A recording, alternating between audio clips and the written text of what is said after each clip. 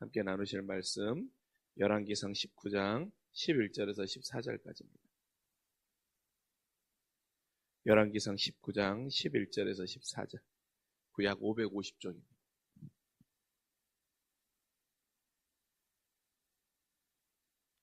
열왕기상 19장 11절에서 14절까지, 구약 550쪽의 말씀, 이 말씀 우리가 한 절씩 교독으로 읽도록 하겠습니다. 여호와께서 이르시되 너는 나가서 여호와 앞에서 산에 서라 하시더니 여호와께서 지나가시는데 여호와 앞에 크고 강한 바람이 산을 가르고 바위를 부수나 바람 가운데 여호와께서 계시지 아니하며 바람 후에도 지진이 있으나 지진 가운데도 여호와께서 계시지 아니하며 또 지진 후에 불이 있으나 불 가운데에도 여호와께서 계시지 아니하더니 불 후에 세미한 소리가 있는지라. 엘리야가 듣고 겉옷으로 얼굴을 가리고 나가 굴 어귀에 섬에 소리가 그에게 임하니라. 이르시되 엘리야야 내가 어찌하여 여기 있느냐.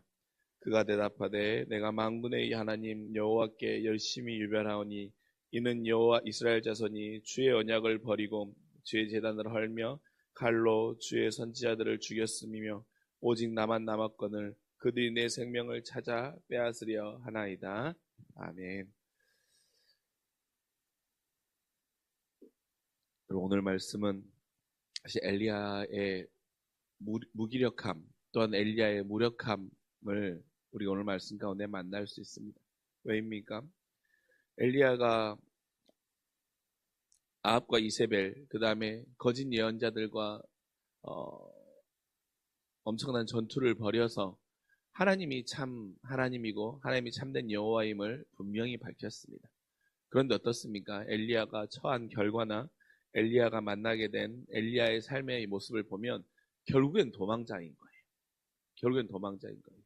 그래서 엘리야가 자신의 지금 심정을 잘 표현해주고 있는 것이 몇 절입니까? 14절의 말씀인 것이요. 무엇입니까? 14절 후반절에 보면 주의 선지자들을 죽였으며 오직 나만 남았거늘 그들이 내 생명을 찾아 빼앗으려 하나이다 라고 말하고 있습니다. 그렇죠. 지금 내가 하나님의 말씀대로 순종하고 하나님의 사역자로 열심히 달려가고 그래서 하나님께서 원하시는 그 일을 행하였는데 결국 내 손에 쥐어진 것은 결국 내가 처한 현실은 도망자 신세라는 거예요. 내 목숨을 담보할 수 없을 만큼 위협을 당하고 있는 현실에 내가 처한 거예요. 여러분 그럴 때 어떻습니까? 엘리야가 지치잖아요. 그래가지고 어떻게 합니까? 그가 우리가 19장 뭐 앞에 나와 있지만 어떻습니까? 로뎀나무 아래에서 누워서 자죠. 그러면서 차라리 내가 내 생명을 거두어 달라고 하는 것이 엘리야의 지금 처해 있는 심정이고 엘리야의 솔직한 마음입니다. 우리도 무슨 일을 하다 보면 우리도 하나님의 일을 하다 보면 하나님의 일을 순종하였고 하나님의 마음 하나님께서 원하시는 대로 그 길을 걸어갔는데 우리도 엘리야와 같은 상황에 처할 수도 있고 그래서 무력감에 빠지기도 하고 내가 신앙으로 살아갔는데 내가 결국에는 만나고 결국에는 내가 내 인생의 결과가 이거밖에 아닌가? 라는 생각들이나 현실에 처했을 때 참 많은 답답함이나 참 많은 어려운 마음들이 우리에게 몰려오곤 합니다. 그리고 신앙에 대한 회의감이 찾아오기도 하지요. 근데 여러분 그럴 때 우리가 어떻게 이것을 극복할 수 있냐라는 거예요. 믿음으로 살면서 내가 내 인생에 때로는 손해와 내 인생의 결과들의 어려움이 만났을 때 이걸 우리가 어떻게 극복할 수 있냐라는 것입니다. 여러분 먼저 우리가 첫 번째로 볼 수 있는 건 무엇입니까? 13절의 말씀입니다. 그럴 때 뭐라고 말합니까? 엘리야가 듣고 겉옷으로 얼굴을 가리매 그 나가 굴 어귀에 섬에 소리가 그에게 임하되 뭐라고 말합니까? 엘리야야 내가 어찌하여 여기 있느냐라고 하나님이 말하는 거예요. 엘리야야 네가 어찌하여 여기 있느냐라고 말하죠. 근데 하나님이 13절에 한 번 말씀하십니까? 9절의 말씀 봅시다. 9절에도 뭐라고 말합니까? 그가 임하여 이르되 엘리야여 내가 어찌하여 여기 있느냐라고 말하는 것입니다. 엘리야야 내가 어찌하여 여기 있느냐. 하나님이 엘리야에게 두 번이나 반복적으로 말하는 거예요. 엘리야야 어찌하여 여기 있느냐. 내가 너와 항상 함께 싸우고 있는 자인데 왜 내가 너와 함께 싸우고 있는 나를 바라보지 못하냐라는 거예요. 이 사역을 네가 여기 있는 것은 그거 아니냐. 이 싸움은 내가 하는 것이고 이 싸움은 내가 다 한 것이고 이 싸움은 결국에는 내가 모든 걸 다 이루었다고 하는 어찌 보면 너 안에 갖는 교만의 마음이 있는 거 아니냐.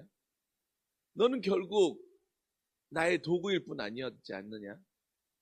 네가 하는 것 같지만 결국 내가 너를 통하여서 일하였던 거 아느냐라고 하나님 어떻게 보면 엘리야를 깨우시는 거죠. 어찌 네가 여기 있느냐? 너는 지금 여기 있을 자리가 아니다. 너는 지금 여기서 근심하고 신음하고 있을 그 자리에 있어야 되는 자리가 아니라 네가 있어야 할 자리는 내가 너를 세우고 내가 너를 사용하고 내가 너를 쓰는 그 자리에 있어야 된다라는 것이죠. 무슨 말입니까? 이 모든 싸움은 네가 하는 것 같지만 결국 내가 하는 거야. 결국 하나님 만군의 여호와 되신 하나님이 하는 거야라는 것을 엘리야에게 다시 한번 들려주고 있는 것입니다. 네가 하면 그 결과에 대해 서운할 수도 있고 지칠 수도 있고 무력감에 빠질 수도 있지만 결국에는 내가 하는 것이라는 걸 믿으면 나는 도구된 자였구나. 그리고 하나님께서 나를 사용하시는구나 라고 하는 그 마음, 하나님이 이루시는 것이지 나의 능력에 달렸다라는 것이 아닌 걸 알게 될 때 우리가 다시 회복의 힘을 얻을 수 있다는 것입니다. 여러분, 일단 두 번째 무엇입니까? 두 번째 보면 무엇입니까? 오늘 말씀에 나와 있지만 12절의 말씀에도 나와 있죠. 지진 후에도 불이 있으나 불 가운데에도 여호와께서 계시지 아니하고 불 후에 샘이나 소리만 들리는 거예요. 또한 11절에도 뭐라고 말합니까? 크고 강한 바람이 지나가지만 그 바람 가운데 여호와가 계시지 않는 거예요. 바람이 있는데 여호와가 계시지도 않고 불이 있으나 불 가운데 여호와가 계시지도 않는 거예요. 근데 세미한 음성만 있는 거예요. 무엇입니까? 보이지 않는 겁니다. 강한 바람 앞에서도 불 가운데에도 하나님은 보이지 않는 거예요. 하나님이 보이지 않는다는 건 무엇입니까? 하나님은 보이는 방법이 아니라 보이시지 않는 방법으로, 하나님의 보이시지 않는 방법으로 그에게 말씀하여 주시고 세미한 소리로 엘리야에게 들려주고 있다는 것입니다. 엘리야야, 내가 조용히 내가 너의 상황 가운데 아무것도 하지 않는 게 아니야. 세미하게 너의 인생에 내가 관여하고 너의 인생에 말하고 있고 너의 인생과 너의 사역 가운데 함께 내가 동행하고 있음을 엘리야에게 들려주고 있는 것입니다. 하나님의 소리가 우리는 때로는 살 때 큰 바람처럼 강한 불처럼 우리의 인생 가운데 임하고 우리의 인생 가운데 나타나기를 원해요. 그러면 하나님의 역사가 강하게 나타나기 때문에 하나님의 살아계심이 내 인생 가운데 분명히 보이고 하나님의 역사하심을 내가 드러내는 자라는 거 하는 믿음의 확신도 보일 수도 있고 내가 그렇게 쓰임받는 자라고 하는 위대한 모습이 보일 수도 있어요. 그리고 엘리야에게도 그렇게 보였죠. 근데 여러분, 결국 그렇다고 해서 우리가 지치지 않는 게 아니라는 것입니다. 우리가 다시 힘을 얻을 수 있는 것은 하나님이 나의 상황의 모든 상황 가운데 세미한 음성으로, 하나님이 나의 모든 상황 가운데 세밀한 만지심으로 나와 함께하고 계시는구나, 관여하고 계시는구나, 동행하고 계시는구나, 이것을 깨달을 때 우리가 다시 힘을 얻을 수 있는 거예요. 나의 힘으로 했던 것이 아니구나. 그리고 하나님은 나의 인생의 모든 부분에서 하나님께서 세미하게 관여하고 계시는구나. 여기 안에서 우리는 하나님의 인생 가운데 만나는 것입니다. 화려한 기적이나 드라마틱한 변화가 없다고 할지라도 하나님은 보이지 않는 곳에서 우리와 함께하고 계시고 우리에게 세미한 음성으로 우리와 동행해 주고 계시는구나. 지금 비록 내가 지쳐가지고 오름나무 아래서 죽기를 간구하고 있고 결국에 하나님, 내가 처한 결과가 사람들에게 죽임을 당하려고 하는 쫓기는 신세밖에 되지 않습니까? 라고 말하고 있는 그때에도 그 세미한 음성으로 하나님은 나와 함께하고 계심을 하나님은 우리에게 말씀해 주신다는 것입니다. 또 한 가지 무엇입니까? 여러분 17절의 말씀 봐봅시다. 17절의 말씀 보면 뭐라고 나와입니까? 하사엘의 칼을 피하는 자를 예후가 죽일 것이요 예후의 칼을 피하는 자를 엘리야가 죽이리라 라고 말합니다. 그리고 나서 우선 10절 먼저 봅시다. 여러분 10절에 엘리야가 뭐라고 말합니까? 오직 나만 남았거늘 이라고 말하죠. 10절 5절 보면 칼로 주의 선지자를 죽였사오며 오직 나만 남았거늘 그들이 내 생명을 찾는다고 말하지요. 그 다음에 13절 14절에도 오직 나만 남았거늘 그들이 나를 죽이려고 한다라고 말하고 있습니다. 근데 여러분 18절입니다. 18절 말씀 봅시다. 그러나 내가 이스라엘 가운데 7,000명을 남기리니 다 바알에게 무릎 꿇지 아니하고라고 말합니다. 입맞추지 아니하고라고 말합니다. 엘리야는 나 혼자 남았다라고 생각한 거예요. 바알과 대항하는 자 나 혼자 남아서 하나님 너무 버거워요. 하나님 나 너무 힘들어요. 하나님 그래도 결국 오직 나 하나 남아가지고 내가 이제 도망자의 신세이고 생명이 끊어질 수 있는 위협을 당하는 신세에 남아서 오직 나 하나 남아서 내가 너무나도 힘듭니다 라고 말할 때 하나님이 뭐라고 말합니까? 아니야. 여전히 이스라엘 가운데는 7,000명을 내가 남겼다라는 것입니다. 무엇입니까? 하나님은 나 혼자가 아니라 더 많은 사람을 준비해 내었다라는 것입니다. 네 눈에 보이지 않았을 뿐이지 여전히 바알에게 절하지 아니하고 여전히 바알에게 입맞추지 않는 내가 7,000명을 남겨놨다라는 거예요. 엘리야야, 너와 함께 이 사역을 함께 해가고 너와 함께 이 마음을 동행해 가며 너를 도울 자 7,000명을 내가 너희 남겨놓았어. 그러니 지치지 말라는 거예요. 너는 혼자가 아니라는 거예요. 혼자 두지 아니하고 함께 싸우며 함께 기도하며 함께 동역할 사람들 내가 남겨놓았으니 그들과 함께 더불어 다시 힘을 얻으라는 것입니다. 여러분, 우리도 종종 그렇지요. 내가 하나님 사역하면서 나만 고생하는 거 아니야? 하나님 사역하면서 나만 힘든 거 아니야? 그러면서 하나님 앞에 원망과 서운함과 나 혼자 감당할 수 없다라고 하는 그 지치는 마음과 무력감이 다가올 때 있습니다. 그러나 여러분, 나 혼자 하는 것이 아니라 먼저는 하나님이 함께 하는 것이고 하나님이 우리 인생 가운데도 바알에게 여전히 절하지 않는 7,000명을 남겨놓았음을 기억할 수 있기를 간절히 소망합니다. 여러분의 사역을 도울 자, 여러분과 함께 하나님의 일을 완성해 갈 그 믿음의 7,000명이 여러분 주변 하나님이 분명히 세워놓으셨다라는 거예요. 그들을 기억할 수 있으면 좋겠습니다. 마지막 또 하나 무엇입니까? 다시 사명을 붙잡고 한 걸음 나아갈 수 있도록 하나님이 우리의 마음을 일깨우세요. 여러분, 오늘 말씀 우리가 15절과 16절 한번 봅시다.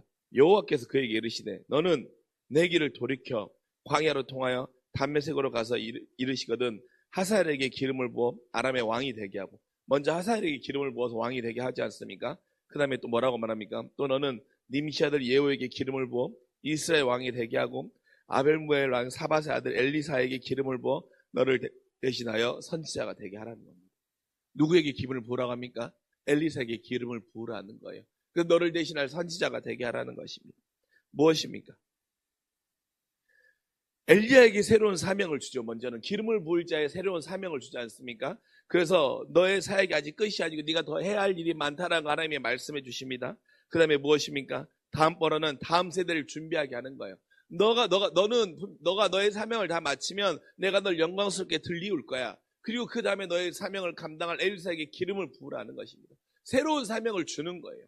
왕을 세우는 새로운 사명을 주시고 너의 사역을 이어갈 엘리사에게 기름을 부으라고 하는 새로운 사명을 하나님께서 부어 주시는 것입니다.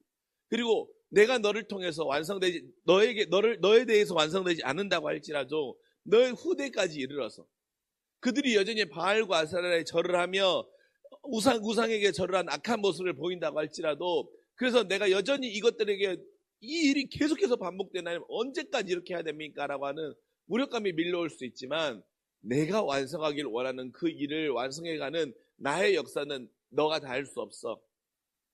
너는 내가 맡긴 그 사명을 감당하면 돼.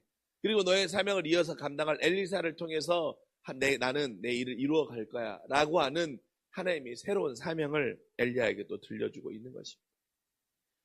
여러분, 우리가 허무함에서 벗어나려면 하나님이 주신 사명을 붙잡고 한 걸음 나아가는 것이 필요한 것입니다. 그리고 하나님은 새로운 동역자를 세워주심을 통하여서 다시 일어날 힘을 우리에게 허락해 주시는 것입니다. 사랑하는 성도 여러분, 오늘 하루를 살아가며 여러분 안에 혹시 이런 엘리야와 같은 무력감이 있으십니까? 모든 일은 내가 하는 것이 아니었구나. 하나님이 하시는 것이었구나. 그 하나님의 하심을 먼저 다시 한번 깨달을 수 있기를 원합니다. 또한 내 인생 가운데 세미하게 크고 강력한 바람도 있지만 보이지 않는 세미한 손길로 만지시며 어루만지시는 그 하나님의 세미한 손길을 기억할 수 있기를 원합니다. 그리고 여러분 혼자 싸우는 것이 아니라 여러분 주변에 여전히 함께 나아갈 수 있는 믿음의 7,000명을 하나님이 붙여주시고 하나님이 그들과 함께하고 계심을 여러분의 믿음의 동역자로 붙여주심을 기억하시고, 또한 기름을 붓고 새로운 너의 후계자를 세움을 통하여 성하는 새로운 사명을 고치시켜 주심으로 인해 다시 일어나 뛰게 하시는 그 하나님의 역사가 엘리야에게 임하여서 다시 힘을 부으셨던 그 하나님의 방법이 오늘 하루를 살아가는 저와 여러분에게 동일하게 임할 수 있기를 주님의 이름으로 간절히 축원합니다. 기도하겠습니다. 사랑이 많으신 아버지 하나님, 우리 인생의 허무함과 무력함을 극복할 수 있는 길은 우리의 모든 사역의 주도권은 내 것이 아니라 하나님의 것임을 인정하며 기억하는 믿음의 하나님을 향한 내려놓음과 하나님을 향한 믿음의 굴복이 있게 하여 주시옵소서.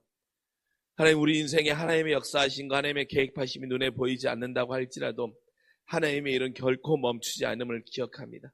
세미한 소리로, 세미한 음성으로 언제나 우리의 인생을 돌보시며 우리의 인생을 계획하며 이끌어 가시는 그 하나님의 세미한 음성의 인도하심을 기억하는 자들 되게 하여 주시옵고, 나 혼자가 아니라 하나님은 우리에게 믿음의 7,000명의 동역자를 예비해 놓고 계시고 그들을 통하여서 함께 걸어 나아갈 수 힘을 허락하여 주시고, 또한 다시 사명을 붙잡고 나아갈 수 있도록 기름을 부어 왕을 세우게 하시며 그 일을 이어갈 엘리사를 세워가시는 그 하나님의 새로운 사명에 부어주심이, 그래 그 사명이 우리를 이끌고 갈 수 있는 힘을 주심을 기억하며 나아가는 믿음의 귀하고 복된 주의 자녀들, 그 힘으로 하루를 살아가는 믿음의 자녀들 되게 하여 주시옵소서. 감사드리며 사랑이 많으신 우리 구주 예수 그리스도의 이름으로 간절히 기도합니다. 아멘.